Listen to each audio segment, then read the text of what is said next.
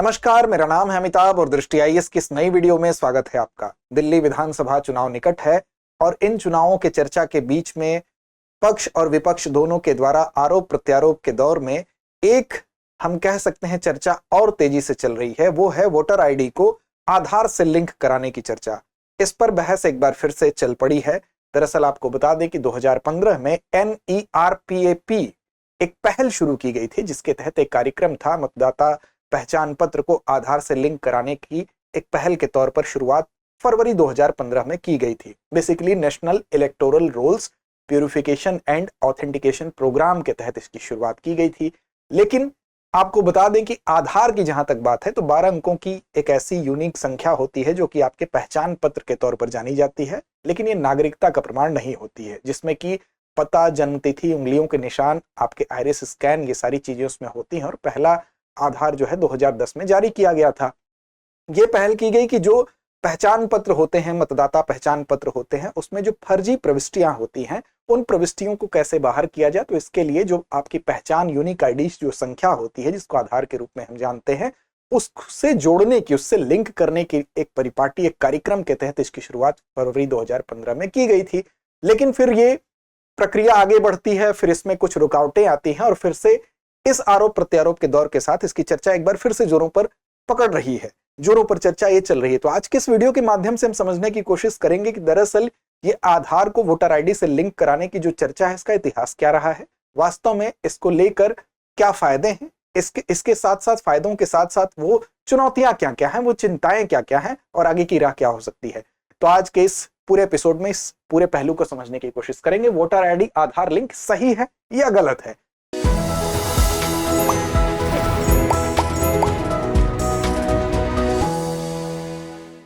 चर्चा के बिंदुओं की बात कर लें तो खबर की हम बात करेंगे तो खबर यही है कि दिल्ली विधानसभा चुनाव के निकट होने के साथ ही जो पक्ष और विपक्ष जो पार्टियां हैं वो एक दूसरे ऊपर आरोप लगा रही हैं कि इसमें गलत प्रविष्टियां दर्ज की जा रही हैं। इसी की वजह से ये एक बार फिर से बहस के केंद्र में आया है। इसी वजह से इसकी चर्चा हो रही है।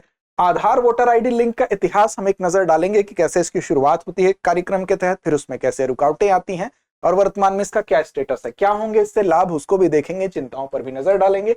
आगे की राह और अभ्यास प्रश्न आपके लिए छोड़ेंगे, जो कि आपकी जिम्मेदारी होती है। सामान्य अध्ययन के प्रश्न पत्र 2 से जोड़ के इस खंड को आप देख सकते हैं। इससे पहले की वीडियो में हम आपको बताएं, सबसे पहले ये आपको शुरुआत में ही बताया गया है। इसी खबर के आलोक में हमारी चर्चा केंद्रित होगी। तो should voter IDs be linked with Aadhaar, इसी खबर के आलोक में हमारी चर्चा केंद्रित होगी। इस पूरे वीडियो में आगे बढ़े, लेकिन इससे पहले आपको बता दें कि दृष्टि आईएएस मुखर्जी नगर की क्लासेस नोएडा शिफ्ट हो चुकी हैं और ISDS foundation prelims mains course का जो ऑफलाइन बैच है, हिंदी माध्यम का बैच, 16 जनवरी सुबह 11:30 बजे से, इंग्लिश मीडियम के बैच में भी एडमिशन प्रारंभ है।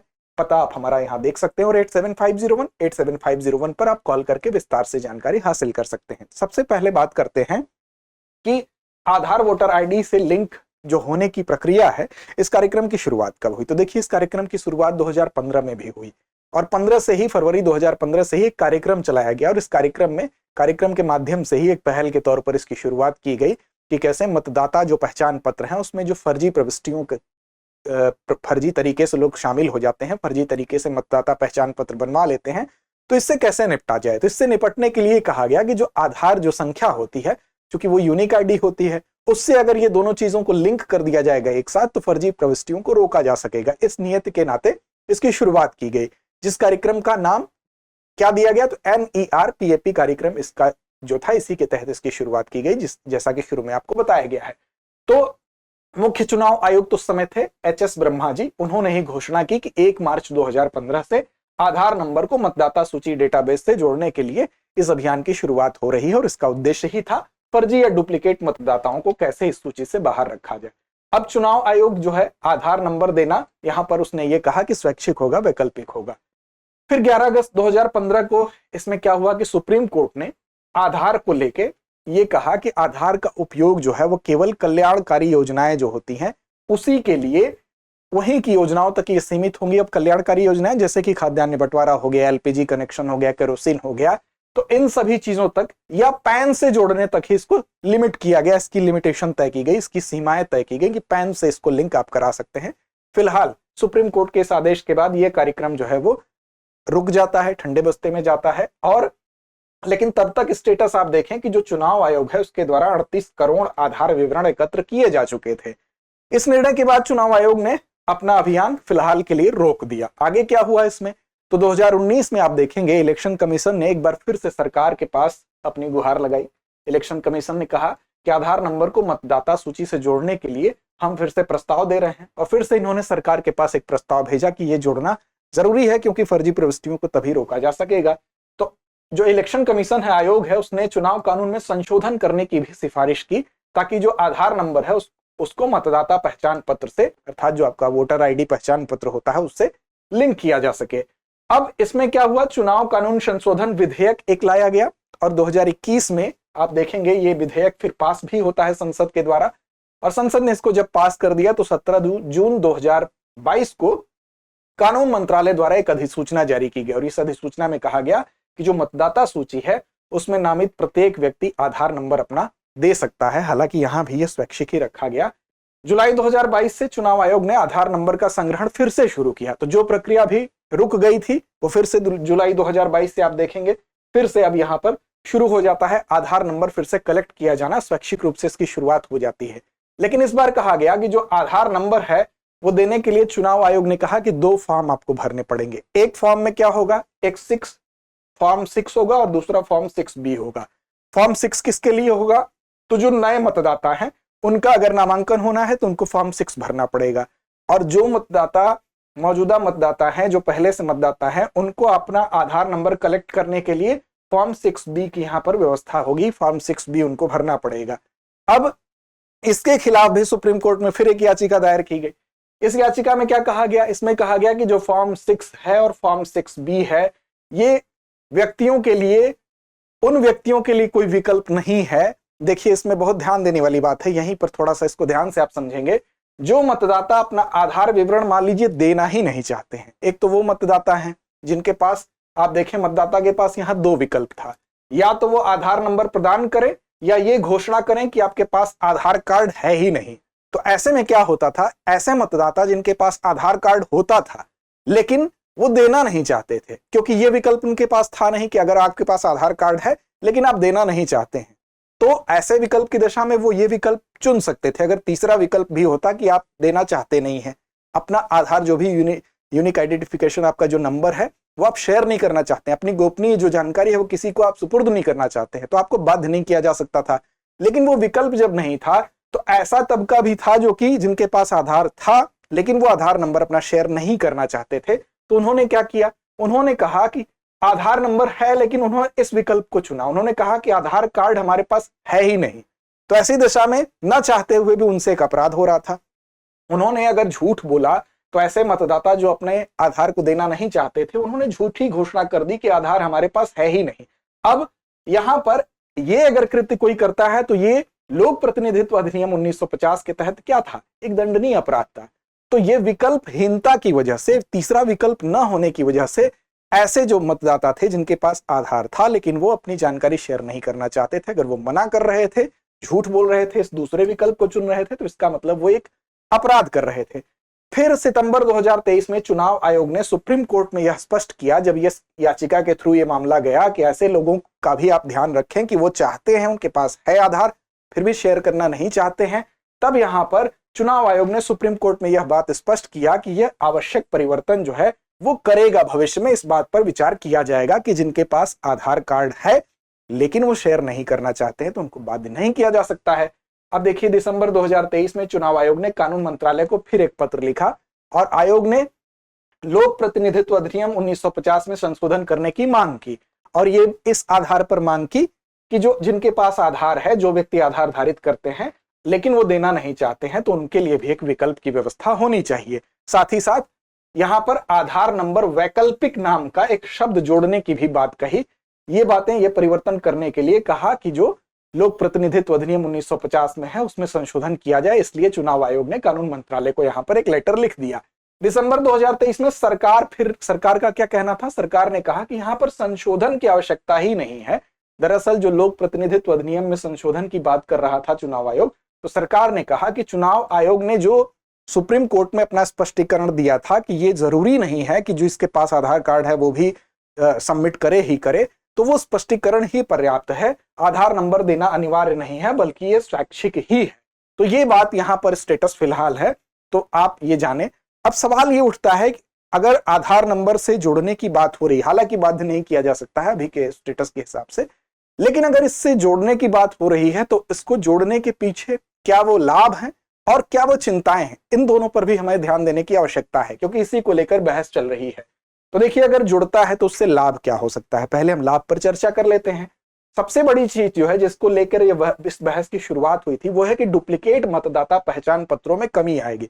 कई लोग जो गलत तरीके से मतदाता पहचान पत्र बना लेते हैं, अगर आइडेंटिफिकेशन उनकी यूनिक है और उससे ये कनेक्ट हो जाता है, तो ये डुप्लीकेसी खत्म हो जाएगी। जो फर्जी मतदाता पत्र बन रहे हैं उसमें कमी आ जाएगी। एक व्यक्ति कई जगह पर वोट नहीं डाल पाएगा, एक व्यक्ति की पहचान हो जाएगी। तो अगर किसी भी व्यक्ति के नाम से 2 वोटर आईडी है तो वो चीज यहाँ पर इसका निस्तारण हो सकता है। दूसरी चीज ये है कि पारदर्शिता और सत्यनिष्ठता में भी वृद्धि होगी।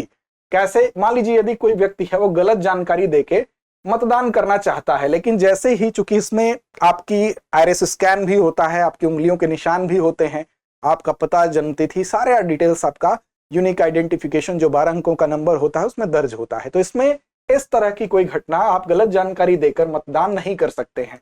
तो इस आधार पर दूसरा फायदा यह है कि पारदर्शिता और सत्यनिष्ठा इसमें वृद्धि जरूर हो सकती है। स्वच्छ मतदाता सूची भी बनेगी, क्योंकि गलत या डुप्लीकेट प्रविष्टियां जो भी हैं, कुछ लोग फर्जी तरीके से मतदाता सूची में नाम जो दर्ज करा लेते हैं, क्यों, तो उससे भी बचा जा सकता था। जैसे कोई व्यक्ति अगर मतदान का अधिकार उसके पास नहीं है, लेकिन फिर भी मतदाता सूची में उसने नाम दर्ज करा लिया है, तो ऐसी दशा में जैसे ही उसका यूनिक आइडेंटिफिकेशन जो नंबर है वो जैसे ही दर्ज होगा, तो उसकी आयु सीमा भी दिख जाएगी, वो पात्र है अपात्र है, ये सारी चीजें उसमें दिख जाएंगी। तो इससे भी बचा जा सकता था और कुशल चुनाव प्रबंधन में भी इससे सहायता मिलेगी। तो ये इसके कुछ लाभ हैं, लेकिन वहीं साथ साथ लाभ के साथ साथ जो चिंताएं हैं उन चिंताओं पर भी नजर डालना जरूरी है। इसीलिए शायद सुप्रीम कोर्ट में भी इसको वैकल्पिक कहा गया, स्वैच्छिक कहा गया, इसको मैंडेटरी नहीं बनाया गया। वो क्या चिंताएं हैं? सबसे बड़ी जो चिंता है वो है गोपनीयता संबंधी चिंता, क्योंकि इसके माध्यम से आपकी जो गोपनीय जानकारी है वो अगर सार्वजनिक पटल पर आती है तो उसका दुरुपयोग होने की संभावना होती है। आपके बैंक खाते में सेंधमारी की जा सकती है, या उसका, आपके जो डेटा है उसको सार्वजनिक होने का खतरा होता है, उसका दुरुपयोग हो सकता है, राजनीतिक विज्ञापनों के लिए उसका प्रयोग हो सकता है। तो सबसे बड़ी जो चिंता है वो गोपनीयता को लेकर चिंता है। इसके अलावा जो गैर नागरिक हैं, आप देखें जो आधार होता है वो केवल आपको शुरू में बताया गया कि निवास का प्रमाण होता है, नागरिकता का प्रमाण नहीं होता है।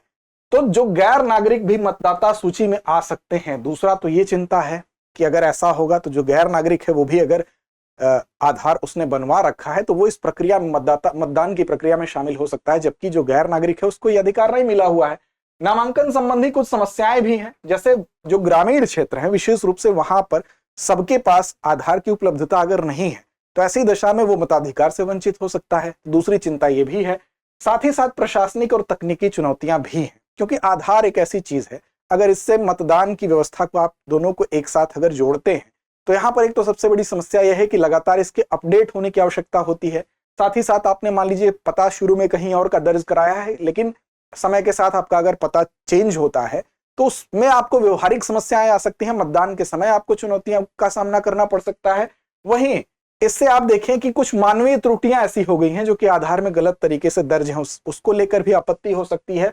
गलत प्रविष्टियां या डेटा एंट्री अगर हुई है, उसकी गलती या बायोमेट्रिक डेटा की गलत पहचान की वजह से आपका जो मताधिकार है वो प्रभावित हो सकता है। तो ये इसकी कुछ चिंताएं भी हैं।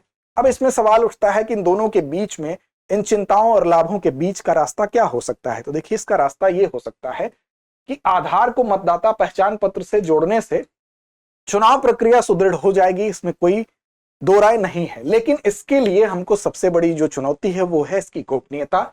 इसके लिए पुख्ता व्यवस्था करनी होगी। समावेशिता, इसका मतलब कि ये जो दूर दराज के क्षेत्र हैं, जो दुर्गम क्षेत्र हैं, वहां पर भी सही और अपडेट तरीके से आधार को सुनिश्चित किया जाए। दूसरी ये बात होनी चाहिए।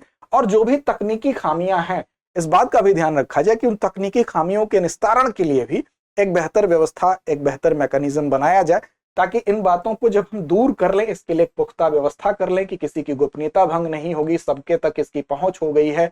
तकनीकी चुनौतियां जो भी हैं उसका निपटारा आसानी से किसी बेहतर मैकेनिज्म के तहत कर लिया जाए, तब निस्संदेह ये मतदाता पहचान पत्र से जोड़ने के लिए ये एक बेहतर समाधान प्रस्तुत कर सकता है। तो ये इसके पीछे का पूरा इतिहास रहा, ये इसके पक्ष और विपक्ष की बातें हैं। अंत में बारी आती है एक अभ्यास प्रश्न की, और इसकी जिम्मेदारी हमेशा की तरह हम आप पर छोड़ते हैं। आज का प्रश्न हमारा है कि फॉर्म 6B का उद्देश्य क्या है। विकल्प ए, नए मतदाताओं का पंजीकरण करना। विकल्प बी, मतदाताओं का आधार नंबर एकत्र करना। विकल्प सी, मतदाता सूची से नाम हटाना। या विकल्प डी, मतदाता पहचान पत्र का नवीनीकरण करना। इसके अलावा एक मेंस का प्रश्न है, लिख के इसका अभ्यास आप जरूर करें। और चूंकि वस्तुनिष्ठ प्रश्न की एक अलग महत्ता होती है, वस्तुनिष्ठ प्रश्न आपको एक्यूरेसी, आपकी एक्यूरेसी को बढ़ाता है, तो वस्तुनिष्ठ प्रश्न के साथ साथ मेंस के प्रश्न को भी देखें।